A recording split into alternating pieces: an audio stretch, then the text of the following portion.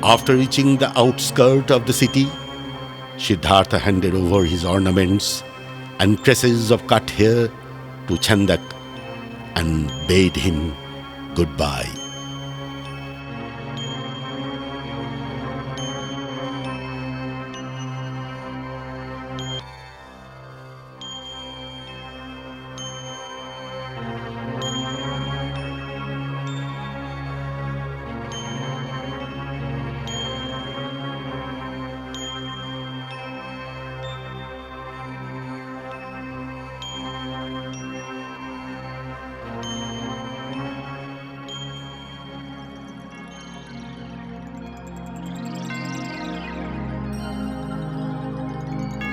He then proceeded towards the dense forest.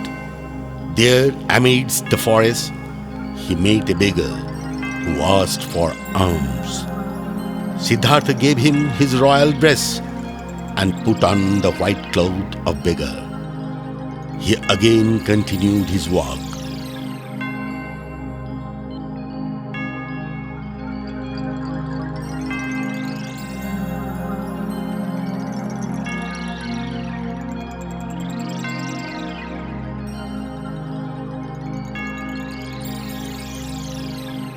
On the way, he followed 5 Brahmins who followed him, and later on he got initiated by those Brahmins.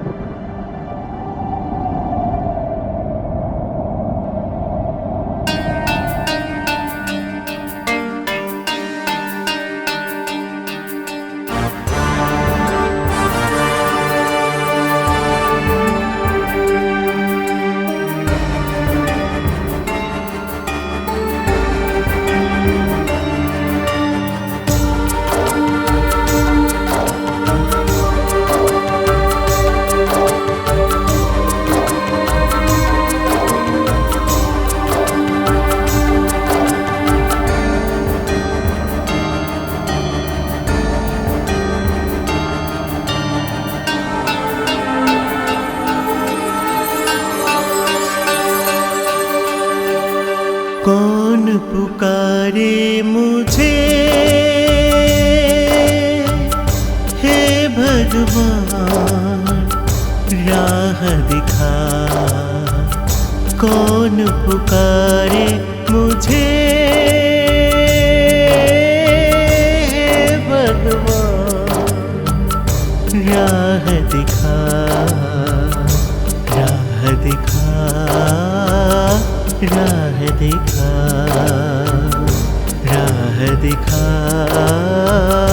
राह दिखा।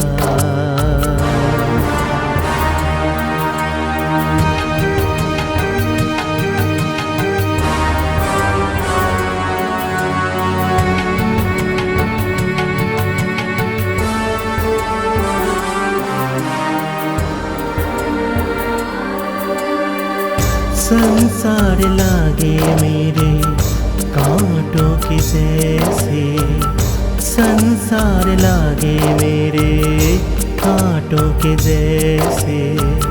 नहीं कोई छोड़ नहीं शोर,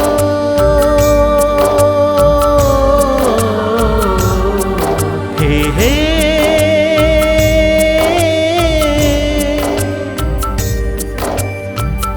संसार लागे मेरे कांटों के जैसे।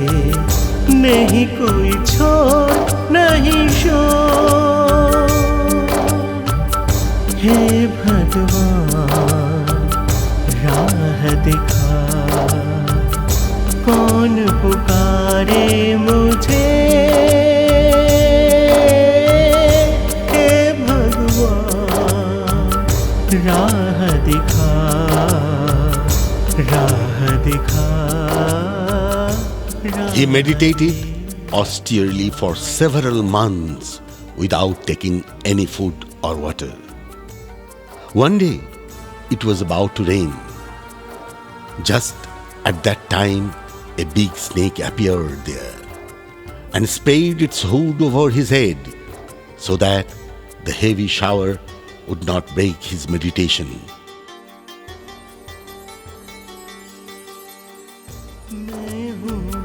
मेरे सब कुछ आँखों के सामने,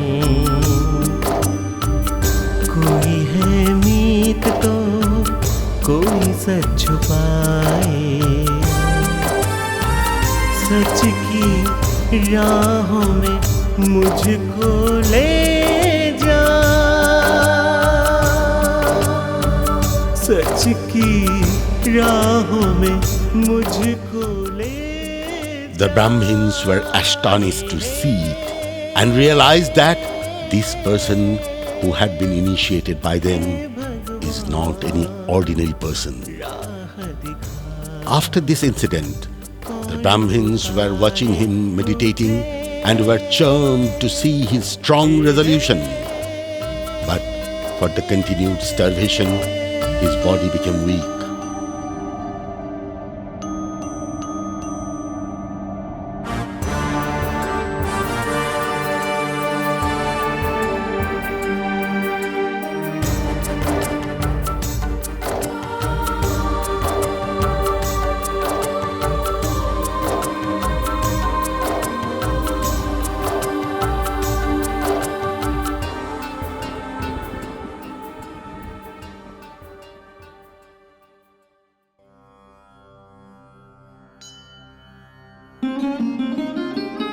A village girl named Sujata was a milkmaid of Senani village.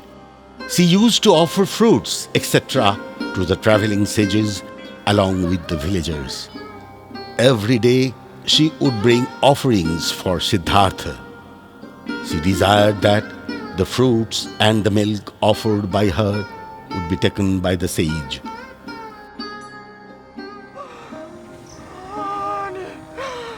One day, Sujata saw that her holy man lost his sense and needed water.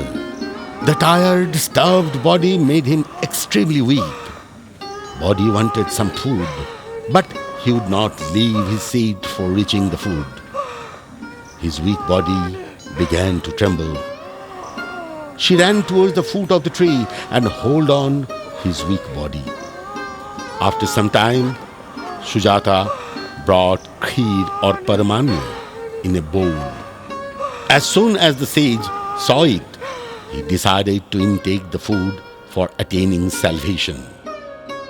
That food saved his life. On that time, first Sujata gave him water and then she offered paramanya. After overlooking all his hesitations, Siddhartha accepted her offers. When his 5 followers saw that Siddhartha had accepted Sujata's offerings, they mistook that he had returned to the material world, living the path of meditation. भैया भैया भैया मत जाओ भैया भैया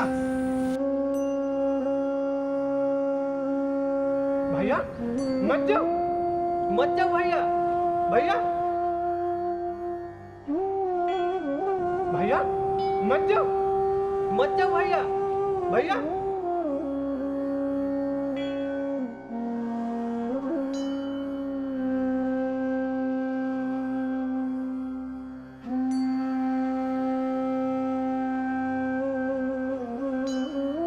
भूखा पेट तो नहीं धर्म, भूखा पेट तो नहीं धर्म। In the meantime, the weak, tired sage had realized that too much intaking of food or too much starvation brings the same harm to the body, which thwarts salvation. Then Siddhartha asked himself that he took the right path of truth or not. After taking the food, he went near the river and flowed the bowl into the river, saying that, "If I reach enlightenment, may this bowl flow upstream." The bowl at once flowed upstream and came near him. This proved that he would get enlightenment. Later on, the world was benefited with his message, "Non-violence is the right path to salvation."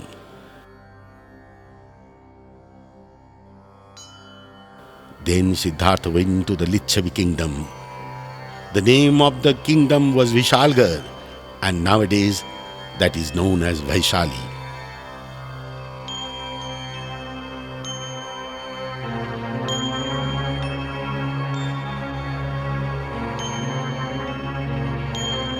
The prosperous city of Vaishali, ruled by the Lichavi dynasty, was then a famous place. The city was the center for learning of religion and science. Many preachers and philosophers would travel there.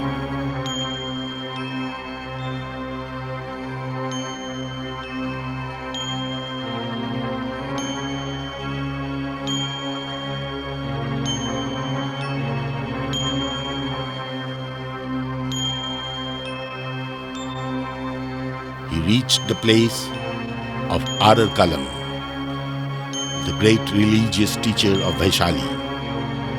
At that time, the old teacher would impart religious advices to his 300 disciples. Curious Siddhartha learned scriptures near him and became his disciple and began to attain brahmacharya. Arar Kalam would advise his disciples to take everything very insignificantly. That means that everything in this world is temporary. So we should not be attracted towards the material world. We can get salvation only by following the path of religion, being detached from the outer world.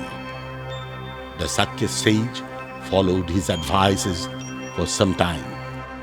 But his thirst for nectar was not quenched with the juice of molasses.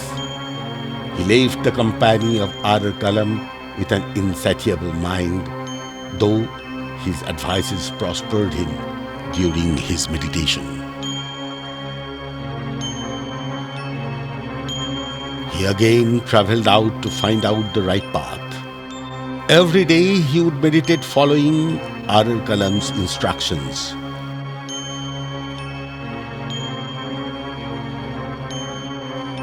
But at the same time continued his quest. At last, he reached Magadha. Rajgriha was the capital of Magadha and King Bimbishar was the ruler. He began to meditate in the cave of Pandava hills at the outskirts of Rajgriha.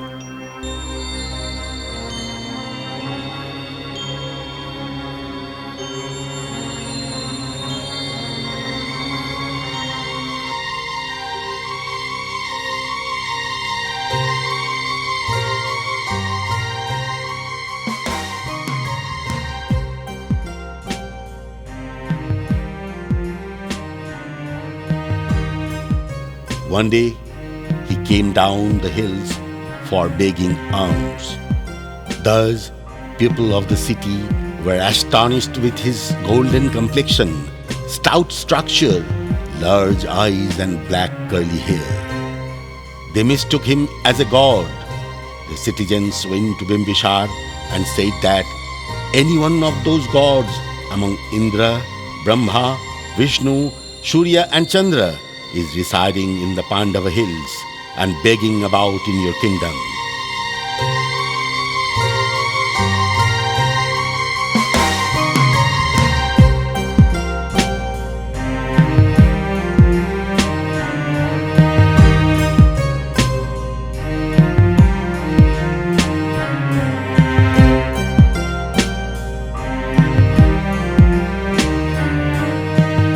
To find out the truth, Bimbishar went to the Pandava hills with his people.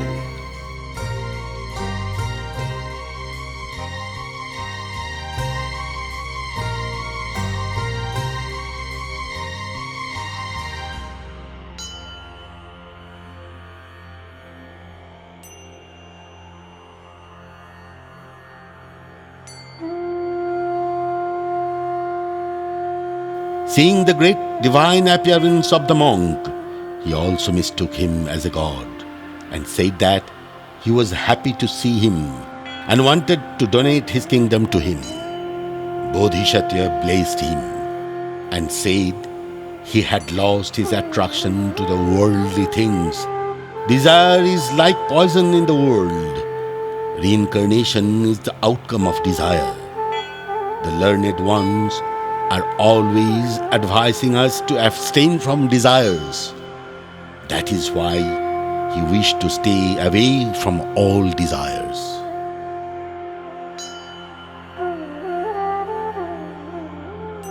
As Bimbisar wanted to know about his former life, he refused to do so. When the king assured him that he would keep him in royal pleasure, the Sakyasith said that he had taken birth as the son of King Shuddhadana of Kapilavastu, leaving behind all the royal pleasures. He had embraced the life of a mendicant monk for attaining Bodhi. Then Bimbisar said he wished to be his disciple.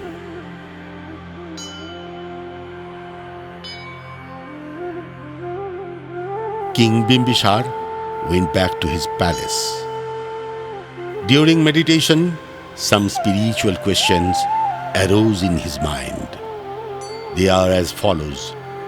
Who has desires in mind could never be free from worldly miseries. As fire can never be produced by rubbing two pieces of wet timber, so the fire of knowledge can never be aroused from a desirous mind. A pure, serene soul is the right place for kindling fire like dry wood. So our desire should be destroyed at the outset. He traveled widely in quest of truth. Even after that, he failed to attain real knowledge.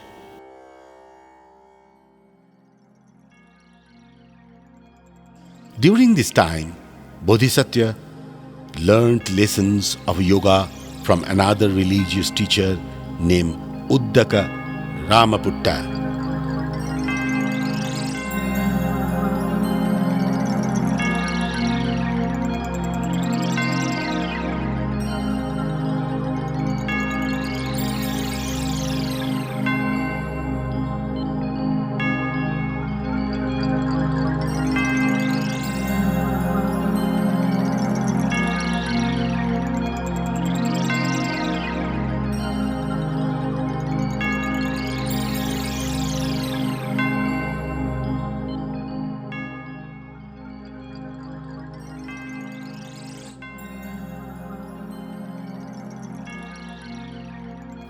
Uddaka used to say that the 5 ways to attain salvation are through respect, chivalry, memory, tranquility, and wisdom.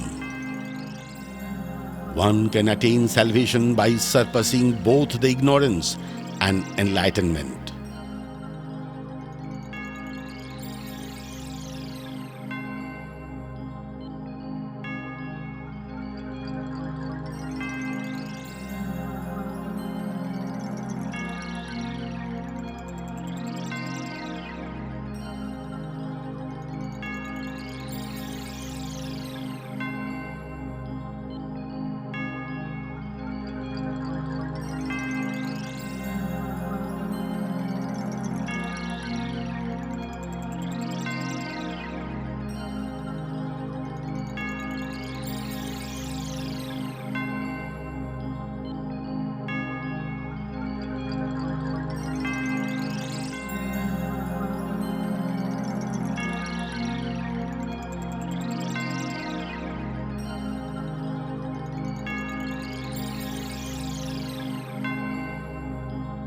Even Uddaka's teaching could not satisfy Bodhisattva. He then went to the Gayashisho mountain of Magadha and carried on his meditation for some time.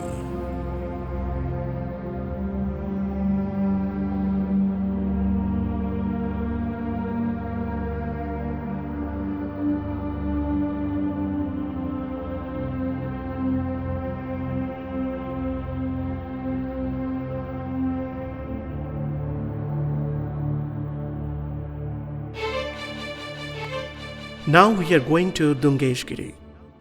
Dungeshgiri is a peaceful and serene village in the vicinity of Goa.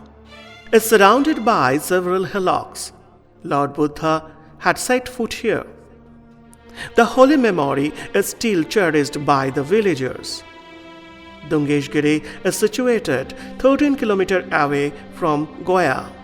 It is said that after bidding adieu to Uddaka's Ramaputra, Lord Buddha has taken shelter in the deep cave of the mountain when the area was covered by the jungle.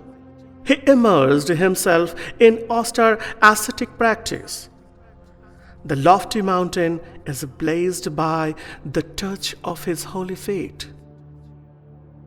One has to ascend the mountain, walking on foot. On the left side of the path, there is a small memorial of Buddha.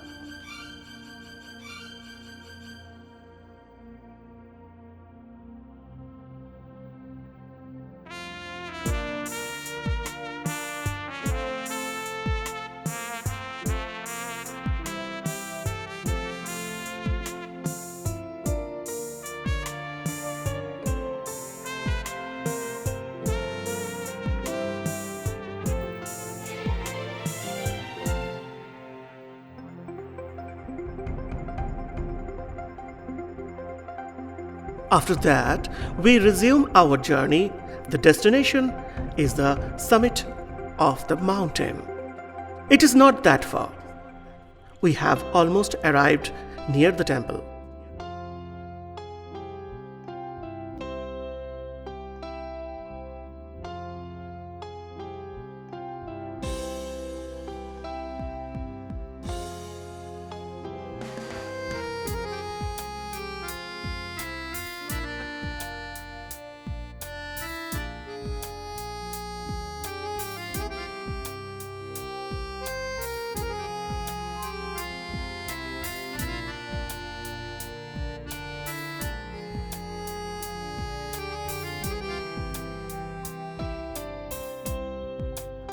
From the mountain, the view of distant Dungeshgiri village, wrapped greenery, is a fascinating sight. The colorful flags in red, blue, white, yellow, and green with Buddhist mantra are flying high. They seem to be welcoming the travelers.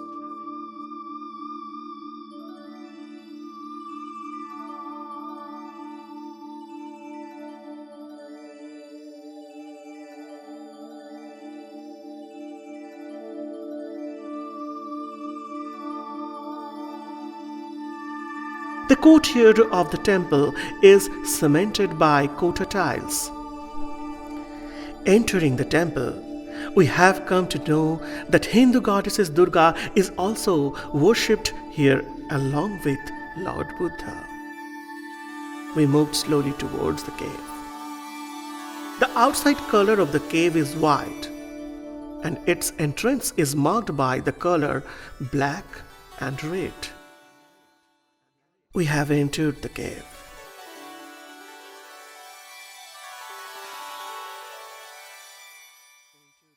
In the midst of the cave, there is a golden statue of Lane Buddha.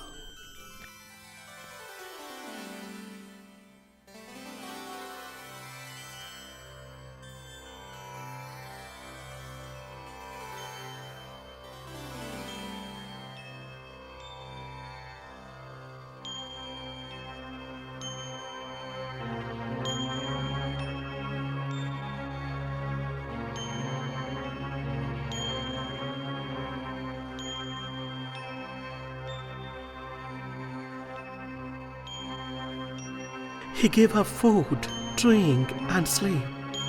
For that, his body turned like the statue.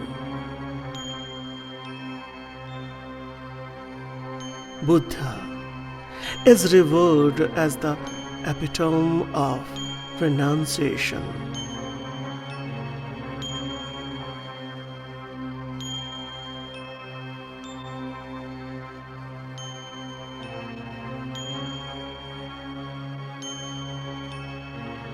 The devotees pay homage offering white and colorful flowers to God, thus purifying their mind and body.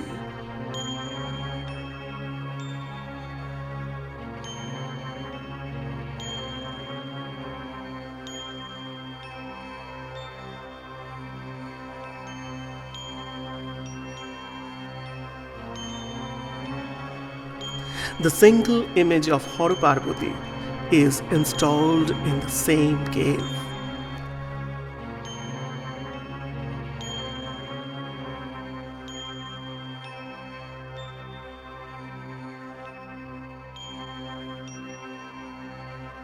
Lord Buddha exists in the sanctum of Hindu temple, where he is worshipped in both Hindu and Buddhist nomes.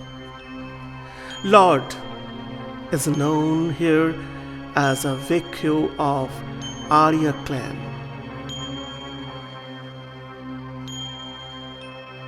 There is an idol of him outside of the temple. There exists a monastery.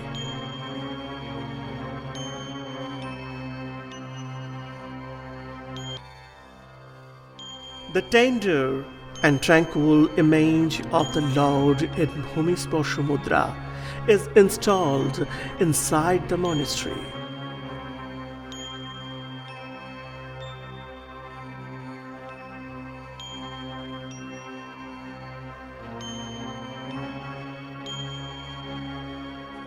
In front of the monastery has a stupa, which are also seen in other monasteries. The temple and monastery symbolized the place to fulfill the irresistible desire of mankind.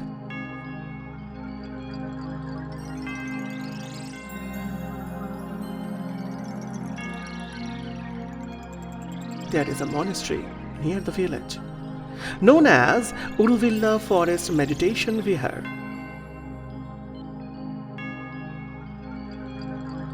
The gateway is off-white and golden colors, follows the architectural style of Sri Lanka.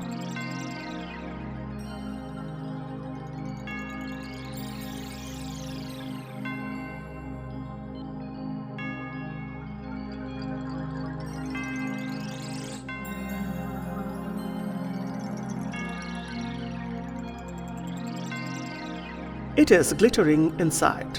There is a huge recumbent statue of Lord Buddha.